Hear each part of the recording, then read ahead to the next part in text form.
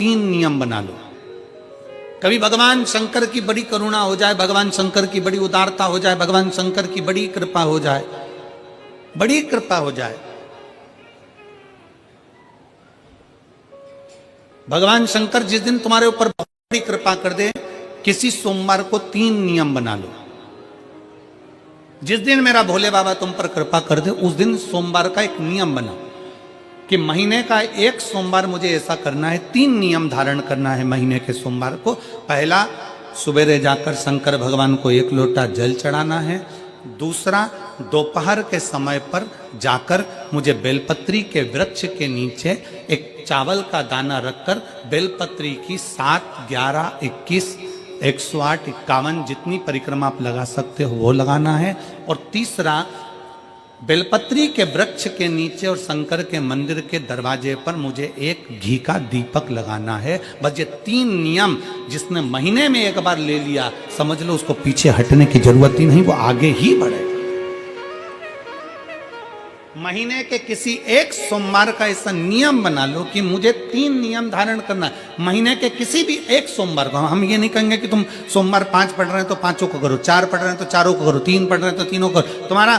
तुम तो महीने का एक सोमवार का नियम बना। और मेरी जीजियों से, मेरी बेटियों से जो विदेश में रह रही हैं, जो कहीं बाहर रह रही हैं, कहीं बड़े शहर में रह रही हैं, जो रोज मंदिर नहीं जा सकते, हर किसी महीने के एक सोमवार को भी ये नियम निर्धारण कर सकते, तो उनसे कहेंगे कि 3 महीने में एक सोमवार का नियम बना लो। 3 महीने में नहीं बना सकते तो 6 महीने में एक सोमवार का नियम बना लो। और 6 महीने में नहीं बना सकते तो 1 साल में एक सोमवार का ऐसा नियम बना लो कि मैं साल का एक सोमवार ऐसा रहूंगी कि सुबह सोमवार के दिन मंदिर में जाकर जल चढ़ाऊंगी, दोपहर में जाकर बाबा को एक अक्षत का दाना रखकर, अक्षत का मतलब है कि बाबा मेरी दिनों दिन उन्नति करना। बेलपत्री के वृक्ष के नीचे जो अक्षत रखा जाता है वो उन्नति के लिए रखा जाता है। शंकर के शिवलिंग पर जो अक्षत रखा जाता है वो रोग मुक्ति के लिए रखा जाता है। अशोक सुंदरी पर जो अक्षत रखा जाता है वो संतान प्राप्ति के लिए रखा जाता है। षडानंद कार्तिकेय की ओर जो अक्षत रखा जाता है वह हमारे बच्चों की सुख समृद्धि के लिए रखा जाता है। विनायक की ओर, गणेश जी की ओर जो अक्षत रखा जाता है वो हमारे घर में कोई मंगल कार्य आ जाए उसके लिए रखा जाता है। और जो पीठिका होती है जिसपे शिवलिंग रखा होता है, पार्वती जी का हस्तकमल, उस पर अक्षत रखा जाता है तो नारी के अखंड सौभाग्य के लिए रखा जाता है। अक्षत रखने का भी तरीका है। एक चावल का दाना कहां रखा जाता है, क्यों रखा जाता है, कैसे रखा। अब कई लोग कहते हैं गुरुजी ये शिव महापुराण में आप ये नियम बताते हो, तरीका बताते हो। हम तो उनसे कहेंगे डॉक्टर के पास जाओगे तो डॉक्टर भी गोली लिखकर ये नहीं कह देगा कि ये सारी गोली एक साथ खा जा। डॉक्टर भी कहेगा ये गोली सुबह खाना है, ये गोली शाम को खाना है, ये गोली दोपहर में खाना, ये गोली भूखे रहकर खाना। बोलो सही है कि गलत है। ये रात्रि को खाना खाने के बाद खा लेना, ये खाना खाने के पहले, ये नाश्ते के पहले। और सुनो, ये दवाई, ये वाली पीछे वाली जो दवाई लो ना इसको दूध से लेना, ये वाली जो दवाई लो ना इसको पानी से लेना। और सुनो, ये डब्बी है इसको पानी में मिलाकर फिर पीना। दवाई लेने का भी तरीका है, उसी तरह शिव महापुराण में एक एक अक्षत का भी तरीका है और एक एक बेलपत्री का भी तरीका है। अब मान लो कई लोग कहते हैं गुरुजी आप ये तरीका बताते हो शिव पुराण के माध्यम से, कई लोगों के मन में संशय जागता है, तो अगर हम एक साथ चावल चढ़ा दे तो उसका क्या तरीका है। तो हमारा निवेदन है डॉक्टर जो दवाई ले एक ही बार में निपटा जाए, एक ही बार में खा ले। दवाई एक बार में पूरी खा गए असर नहीं करेगी, इसमें डॉक्टर का कोई दोष नहीं है। उसने तो बताया था ऐसे लेना, ऐसे लेना। और तुमने मैं डॉक्टर साहब ने पूछा दवाई पूरी ली, शाम की दवाई भूल गई थी, सवेरे की दवाई भूल गई थी, ये दवाई भूल गई थी। डॉक्टर कहेगा हमने तो नियम बताया तब तुमने नहीं खाई, तो असर कहाँ से करेगी। तुम असर कब करती है जब हम पूजन के तरीके को जान जाएं, जब हम अर्चना के तरीके को जाएं। आप साल भर का एक सोमवार निकाल लो, 6 महीने का एक सोमवार निकाल लो, 3 महीने का एक सोमवार निकाल लो, महीने का एक सोमवार निकाल लो, अपने से दिल में बन जाए तो एक सोमवार ऐसा निकालो जिसके 3 नियम धारण हो। पहला, उसी सोमवार जिसको कर रहे हो उस दिन सुबह जल चढ़ाना। दूसरे, दोपहर के समय पर जाकर बेलपत्री के वृक्ष के नीचे एक चावल का दाना रखना। और परिक्रमा बेलपत्र की जितनी तुमसे बन जाए, जितनी तुम्हारे शरीर की कैपेसिटी हो, जितना तुम्हारा शरीर चलते बन जाए, हम तो ये भी नहीं कहते कि तुम भूखे रहकर भगवान का भजन करो, हम कभी नहीं कहते। हम तो यहाँ जिस दिन आपने शिव का व्रत रखा, 16 सोमवार, संकट सोमवार आदि का रखा, तो शिव महापुराण की कथा कहती है कि उसी दिन अगर आपने वृक्ष से बेलपत्री को उतारा, शंकर को चढ़ाया, तो आपका वो उस दिन का व्रत खंडित हो जाता है। ध्यान दीजिएगा, 16 सोमवार हो, संकट सोमवार हो, शिवरात्रि हो, जितने भी भगवान शंकर की हम पूजन करते हैं या कोई विशेष उत्सव हम शंकर का कर रहे हैं, तो उस दिन बेलपत्र को नहीं उतारा जाता, बेलपत्र को एक दिन पहले उतारना चाहिए।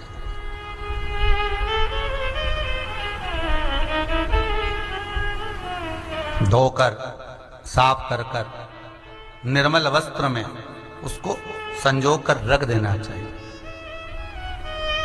कब? एक रात्रि पहले। क्यों रखते हैं? शिव महापुराण की कथा कहती है जिस घर में बेलपत्र रखा होता है पूजन के लिए, बेलपत्र इंतजार करता है शिव के लिए महाराज, तो वो बेलपत्र शंकर को पाने के लिए कामना करता है। और जो जीव उद्यापन कर रहा है, संकट सोमवार, 16 सोमवार, पशुपति व्रत कर रहा है या शिव की आराधना कर रहा है, बेलपत्र शंकर को अति प्रिय है, तो ये बेलपत्र रात भर, क्योंकि शास्त्र कहता है, शिव महापुराण, स्कंद पुराण, लिंग पुराण, नर्मदा पुराण, पद्म पुराण, अग्नि पुराण, सारी पुराणों में एक चीज लिखी होती है कि आप भगवान का कोई भी उद्यापन करें, कोई भी व्रत करें, तो उससे पहले भगवान का कीर्तन करें। लिखा है कि नहीं लिखा? पढ़कर देखना, हर पुराण में मिल जाएगा कि रात्रि को कीर्तन करें, रात्रि को सत्संग करें, भजन करें। अब आप में से कितने लोग हैं जो रात भर कीर्तन करते हैं? एक रात्रि पहले नहीं करते ना। तो बेलपत्र जो उतार कर हम रखते हैं, वो बेलपत्र रात भर भगवान शिव की आराधना करता है कि इस नारी ने मुझे तैयार करा है शंकर को समर्पित करने के लिए। बाबा ओघड़दानी से कल मैं मिलूंगी और इसकी जो मनोकामना है ना, मैं शिव पर चढ़ते से पूरी करवा दूंगी। इसलिए बेलपत्र एक रात्रि पहले उतारा जाता है। पर इतने चतुर लोग हैं, कल आज सोमवार है तो आज ही अपने घर वालों से कहेंगे आज हमारा व्रत है सोमवार का, जाओ जरा बेलपत्र लेकर आओ, जाओ जरा पूजन का ये बेलपत्र ला कर रखो। अब उसी दिन, और कितना लिखा है महाराज कि बेलपत्र दोपहर के 12 बजे के बाद तोड़ा गया बेलपत्र शंकर उसको स्वीकार नहीं करता, शिव उसको नहीं ग्रहण करता। कितनी बजे? दोपहर के 12 बजे के बाद जो बेलपत्र उतारा जाता है, तोड़ा जाता है वृक्ष पे से, शिव उसको नहीं लेता। 12 बजे से पहले बेलपत्र उतरता है हमारा। तुलसी का दल आप कभी भी उतार सकते हो शाम से पहले, पर बेलपत्र का नियम है 12 बजे से पहले उतर जाना चाहिए। अब कई माताएं कहती हैं हमने तो व्रत करा, हमारा तो काम ही नहीं हो रहा, हमने तो करा, हमारा काम ही, तो उसका कारण है तुम जरूर गड़बड़ करिए, कुछ ना कुछ कमी। आप शिव जी के सम्मुख में शंकर भगवान के शिवलिंग पर जब बेलपत्र चढ़ता है, तो बेलपत्र का जो सीधा भाग होता है वो शिव जी के शिवलिंग पर होना चाहिए, उल्टा भाग ऊपर होना चाहिए। बहुत ध्यान से समझना हो। जब नंदीश्वर को बेलपत्र चढ़ाते हो, नंदी जो बाहर होता है उसको बेलपत्र चढ़ाते हो, तो नंदी को 2 जगह बेलपत्र चढ़ती है, आपको ध्यान में होगा। पहली बेलपत्र नंदी को जब चढ़ती है तो नंदी के सामने चढ़ती है, तो उसका बेलपत्री का जो डंडी का मुख है वो नंदी की ओर होता है, और बेलपत्री की पत्ती का मुख शंकर जी की ओर होता है। समझ में आ रहा है सबको? डंडी का मुख, जैसे नंदी ऐसे बैठा है तो डंडी का मुख नंदी की ओर होगा, पत्ती का मुख शिव के, और ये सीधी की सीधी नंदी के सामने नीचे रखा जाती है, नंदी के सम्मुख। और एक बेलपत्र जब नंदी के ऊपर चढ़ती है तो डंडी का मुख शिव जी के ऊपर होता है, और इस पत्ती का मुख नंदी के सिर पर नंदी की ओर होता है। ये दोनों में बहुत अंतर है महाराज। जैसे कोई बच्चा कोई कंपटीशन एग्जाम के लिए जा रहा हो या कोई परीक्षा देने के लिए जा रहा हो, और पढ़ाई करे, स्मरण करे, तैयारी करे, वो अपनी जगह पर है। और ऐसा नहीं होता कि बच्चे पढ़ते नहीं है या तैयारी नहीं करते, करते हैं। इसके बाद भी अगर उनका इंटरव्यू में पास नहीं होते या एग्जाम में पास नहीं होते तो उसके लिए ये दोनों बेलपत्री बड़ी काम करती है। बहुत ध्यान देना, जो नंदी के सामने बेलपत्र रखकर जाना, शिव जी के सम्मुख में बेलपत्र रखकर जाना, मतलब नंदी के सम्मुख में जब रखाएगी तो डंडी जम के बोली है कहां होना चाहिए, नंदी की ओर, और जब ऊपर रखाएगी तो डंडी शिव की ओर हो। ये दो बेलपत्र रखकर शिव जी का स्मरण कर कर जाएं, कार्य सफलता की ओर बढ़ता है। कोई काम के लिए आप जा रहे हैं तो उसमें सफलता मिल जाती है, उसमें सफलता प्राप्त हो रही है। शिव जी को बेलपत्र चढ़ा रहे हो, जो चिकना भाग है सीधा भाग शिव जी के ऊपर, शंकर भगवान के ऊपर। थाली में अगर शिवलिंग का निर्माण कर रहे हो, पार्थिव शिवलिंग का निर्माण कर रहे हो, तो थाली में जब बेलपत्र रखोगे तो सीधी रखोगे, फिर उसके ऊपर शिवलिंग का निर्माण करो। अगर आप निर्माण करते हैं पार्थिव शिवलिंग का और बनाते हैं बेलपत्र का, बोलो सही है कि गलत है? प्रतिदिन बेलपत्र खाओगे शंकर मंदिर की तो मुख में कई बार छाले भी पड़ जाते हैं, सत्य है कि गलत है? शिव महापुराण की कथा कहती है अति सर्वस्व वर्जते। आपको अगर बेलपत्र खाना है, हफ्ते में 2 खाओ, हफ्ते में 3 खाओ। मुंह में अगर छार छार हो रहा है, छाले पड़ रहे हैं, तो बेलपत्र को, शिवजी की चढ़ी हुई बेलपत्र को सुखाकर चूरा बनाकर इतनी सी चुटकी भर खा लिए, पानी पी लिए। लीवर गड़बड़ हो गया है, डायलिसिस चल रहा है, किडनी गड़बड़ हो गई है, डॉक्टर बोल रहा है कि डायलिसिस करवाना पड़ेगा, तो बेलपत्री के पीछे की जो डांट होती है, जिसको आप लोग तोड़ के फेंक देते हैं, वो बेलपत्री के पीछे की जो डांट है, ये ब्रह्मा विष्णु महेश। समझ में आ रहा है आप लोगों को? बीच में जो डंडी दिख रही है आपको, इसके बीच में बड़ी पत्ती और 2 पत्ती के बीच में जो खाली जगह है, ये खाली जो डंडी है, इसमें 33 कोटि देवी देवताओं का स्थान होता है। किसका स्थान है? 33 कोटि देवी देवताओं। इसलिए बेलपत्र चढ़ाते समय बेलपत्र को इस जगह से पकड़कर समर्पित किया जाता है कि 33 कोटि देवी देवताओं का स्पर्श कर कर, ब्रह्मा विष्णु महेश का स्पर्श कर कर चढ़ाया जाता है। बेलपत्री के नीचे की जो डंडी होती है, ये 2 पत्ती से लेकर नीचे का जो भाग होता है, ये स्कंद पुराण कहती है, इसमें 64 योगनियां और मेरी माता पार्वती का संपूर्ण जितनी शक्तियां हैं, वो सारी शक्तियां इस डंडी के अंदर विराजमान होती हैं। इस डंडी के पीछे गोखरू होता है, जिसको माताएं तोड़ देती हैं। वो जो टूटा हुआ गोखरू रहता है, उसमें भगवान शंकर के प्रत्येक गण का भाव रहता है।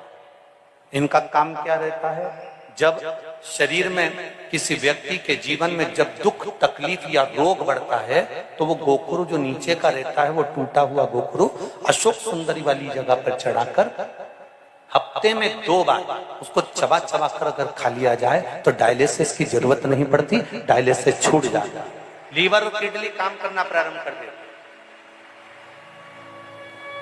और अच्छे से सुन लेना, अभी की अभी घर जाकर शुगर की जांच करना। शुगर कितनी भी हाई जा रही होगी, बेलपत्री के नीचे का गोखरू टूटा हुआ अशोक सुंदरी पर चढ़ाकर खाकर 5 से 7 मिनट मुंह में रख लीजिए और उसके बाद शुगर की जांच कर लीजिए, शुगर लेवल में मिलना प्रारंभ हो जाए। नहीं आता कि आखिर ये शिव महापुराण में शंकर के शिवलिंग में ऐसा क्या है कि शिवलिंग पर 1 लोटा जल चढ़ाया जाए, बेलपत्र चढ़ाई जाए और वो औषधि का काम कर देती है।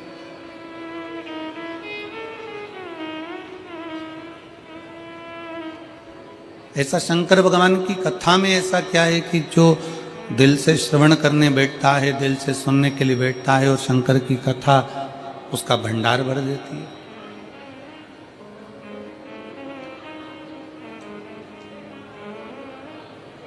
कई लोग इस पे विचार करने में लगे रहते हैं कि ऐसा शिव महापुराण में आखिर है क्या, शंकर भगवान की कथा में आखिर ऐसा है क्या।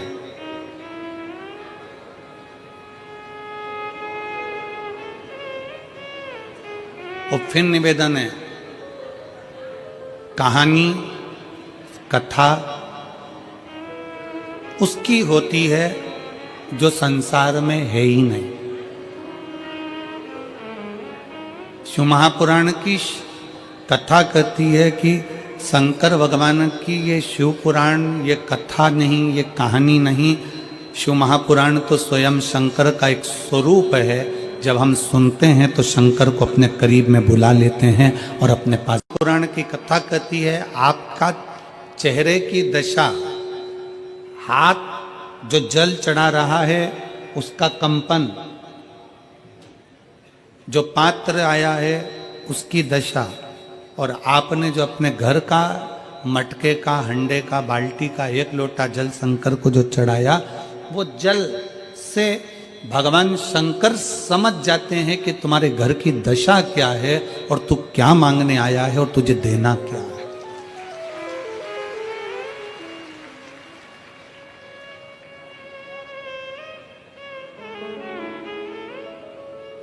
सब पानी का स्वाद अपना। मेरा दूसरा बेटा कार्तिक है, वो तो मोर पर बैठकर पूरी पृथ्वी की परिक्रमा करने गया है। गणेश जी ने बुद्धि से तुम्हारी परिक्रमा करी, वो शरीर से लगाने गया है, और तुमने पूरा की पूरा वर, तुमने पूरा की पूरा आशीर्वाद गणेश जी को दे दिया प्रथम गिनती में आने का। षडानंद कार्तिकेय को कुछ नहीं दिया। ये तो गलत बात है प्रभु। तुम्हारी परिक्रमा लगाई गणेश जी ने और तुमने सब कुछ दे दिया। शंकर भगवान की आंख में भी जल भर गया। पार्वती मांग, आज तू जो बोलेगी ना मैं वो दे दूंगा। पार्वती जी कहती हैं अब क्या मांगूं आपसे, बस इतना कृपा कर दो, आज के बाद आपकी कभी परिक्रमा ना हो, बस इतना वर दे दीजिए। आज के बाद आपकी कभी परिक्रमा ना हो। शंकर जी ने पूछा मेरी परिक्रमा नहीं हो, सारे देवताओं की परिक्रमा होगी और मेरी ना हो। पार्वती जी कहती हैं आपकी परिक्रमा होती है, कोई अगर भूल से भी आपकी परिक्रमा लगा लेता है तो आप उसके जो मांगे वो दे देते हो, इसलिए आपसे निवेदन है कि आपकी कभी परिक्रमा ना हो। शंकर जी ने वर दे दिया, मेरी परिक्रमा पूरी नहीं होगी, आधी होगी, आधी परिक्रमा होकर वापिस आ जाए। फिर शंकर भगवान बोले पार्वती फिर सुन ले, तूने मेरी परिक्रमा रोकी है पर तेरी परिक्रमा तो नहीं रुकी। पार्वती जी कहती है नहीं प्रभु। शंकर भगवान ने कहा पार्वती मैं तेरे हृदय में निवास करता हूं, मैं तेरे दिल में निवास करता हूं, मेरे चित्त में निवास करता हूं, मैं तेरे दिल में रहता हूं, मैं तेरे हृदय में रहता हूं। और यही तो भारत भूमि की पहचान है।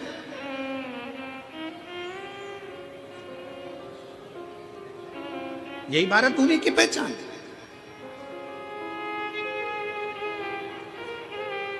काशी में कथा चल रही थी, समय लग सकता है पर देने में बाबा कमी नहीं रखता। शिव मंदिर में लगाई झाड़ू, शंकर के मंदिर में करी गई सेवा, और शंकर के शिव महापुराण में आए हुए भक्तों की सेवा का फल खाली नहीं जाता।